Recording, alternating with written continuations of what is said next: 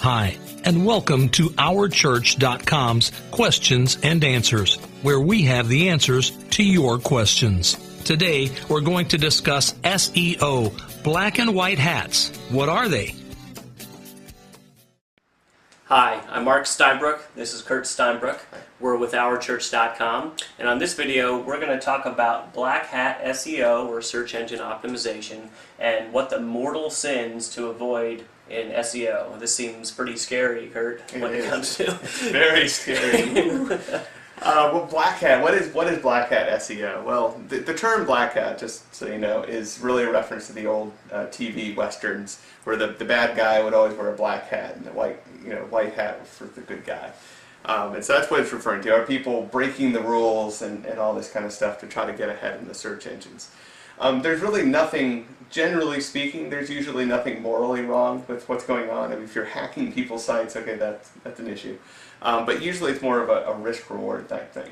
And the real risk here is that these are things that the search engines have said, look, if you do these things, we're going to consider, or we're basically going to treat you like you're trying to manipulate us, and we're just going to either penalize you or kick you out.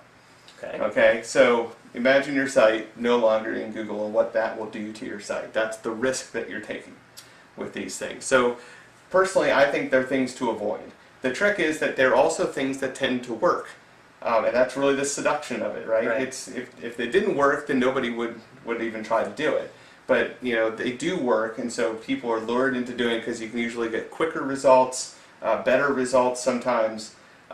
It's just, if they find you, you lose everything. Right? That's the risk that you take, and it's kind of like if you cheat on a test. If you can get away with it and you have all the answers, you got 100 on the test. That's great. Take the morals out of it. Right.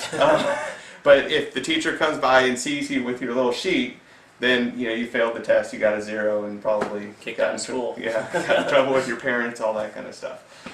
So that's really what we're talking about. So we're going to look at some of the specific things with Black Hat. It's not everything, but it's just something to give you an idea of some of the major things to look out for. The first one is keyword stuffing. What this is, usually it happens when somebody realizes that they can rank better in the search engines because they used keywords on their site, and then they just went overboard. They took it too far, and so either they just created a block of text that just had every keyword they could think of, and they stuck it on the bottom of their page, or maybe they just used one keyword, but they kept adding more and more and more and more. And sometimes it's even a gradual thing. You start out, you're like, well, I'm not doing too well for this keyword, so I'm going to add it on my page. And then, well, I'm still not doing as well, so I'm going to add it a few more times. And then, after a few times of doing that, all of a sudden you realize, oh, I've got this one keyword on here 50 times, and it's not natural at all. It doesn't make any sense. So when you're just shoving all these keywords in, that's something that the search engines look for, and they can certainly penalize you for it. Another thing is what's called cloaking. And what cloaking is basically any time that you show the search engines different content than what you're showing users. This can be done in a couple of different ways. One way is there are HTML little coding tricks where you can actually determine if the person viewing your site is a Google bot or a person, like a real person, or is it a search engine little bot, and deliver different content. So you're showing the search engines one thing, you're showing the people another thing. Sometimes this is done for semi-legitimate reasons. Maybe you want to show people something that's just mostly graphics. Right. And the search engines can't read that, so you're like, well, I'll just show the search engines all this real content, but the people I want to show graphics. Search engines still don't like it, even if you think that it's a legitimate reason to do it. Sometimes it's a very illegitimate reason, and we've had people who, they showed content to the search engines that was, say, maybe about an automotive stuff, and then the people go and click on the link, and it's a gambling site or something. Right? It's just completely different. So whether it seems legitimate or not, you really want to be showing the search engines the same content that you're showing people. That's what they want you to do, and that's how you should do it. There's two other ways that people cloak that I want to mention, because these are actually more common. One is to try to hide text by making it the same color as the background. So you're like, okay, I don't really want to show people this really optimized text that has all my keywords in it.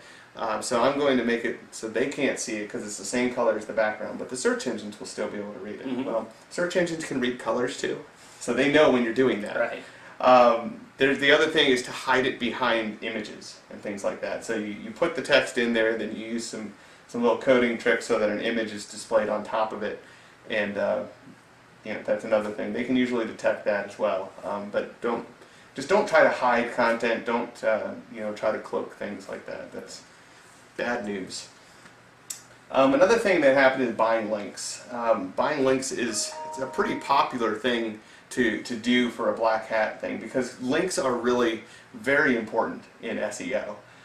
So when we first started out with search engines, everyone was kind of trading links because they found that could help. And then the search engine said, no, we're not going to count those anymore. So then people started buying links. And this is something that the search engines really started to crack down on.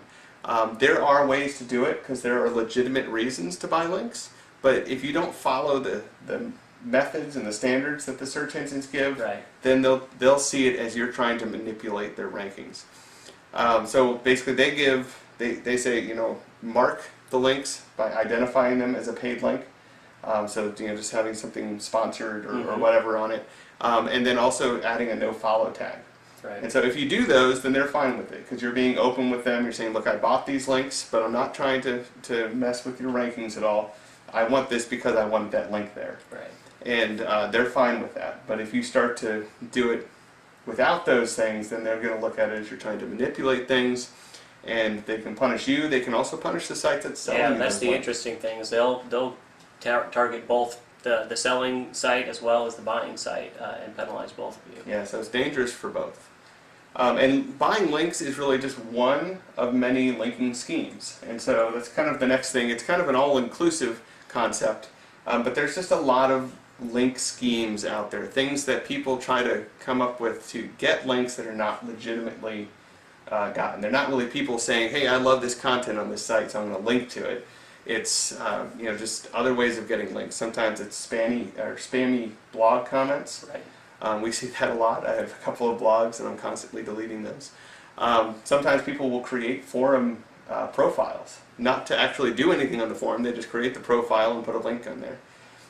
There are things called pyramids, link pyramids, where they create all these spammy links and they kind of go through all these different sites that link to each other, and you end up with a couple of sites at the bottom that then link to your site. And the idea is that somehow the search engines won't look far enough down the pyramid to realize that all these spammy links are really just directed to your site. They can figure that out. Right. So there's just a lot of things like that you have to watch out for. And a lot of times, the people that are offering these things, they're not very forthcoming about that. And so when you're talking to someone about a link opportunity, if you will, a lot of times if you start hearing things like, hey, we've put these things in place to protect you or to buffer you from the link building strategies that we're doing, that should tell you that what they're doing is something that could get you in trouble. Yeah, it's a red flag. Yeah, if you're doing legitimate link building, you don't have to buffer. Right. You don't have to protect yourself from that. You want the search engines to know those links are coming from you. Yeah, and I think it brings up a good point that if an organization that does SEO for you is engaging in those black hat SEO practices, they don't have anything to worry about. It's all going to come back on you, the website owner, or the website itself. So if your website were to get caught and banned or penalized, it's not going to have any effect on the company that's performing that. And you may or may not have known that they were engaging in these kind of practices. So it's very important for you to try to listen, as Kurt said, very carefully to the practices that they do. And really when it comes down to it, those kind of practices, those black hat techniques will only work in the short term because Google and Yahoo and Bing have thousands of people that are paid to go out and manually look at websites that are doing these kind of things, that are hiding text or engaging in other kind of black hat practices.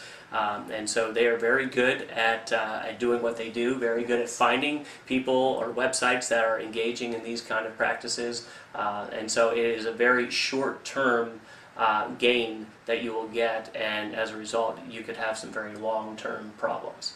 Yeah, absolutely. There were some recent updates when Google was going against a lot of these things. There were a lot of companies that lost everything. Yeah.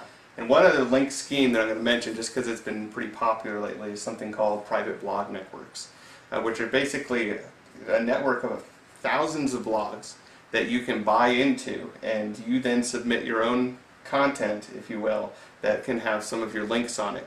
And that's the blogs are not really intended for users.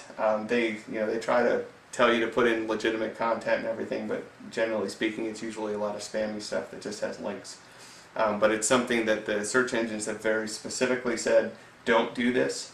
And they've actually taken down several of the private blog networks. Like, they have infiltrated them and figured out what they all are and just wiped them out. Wow.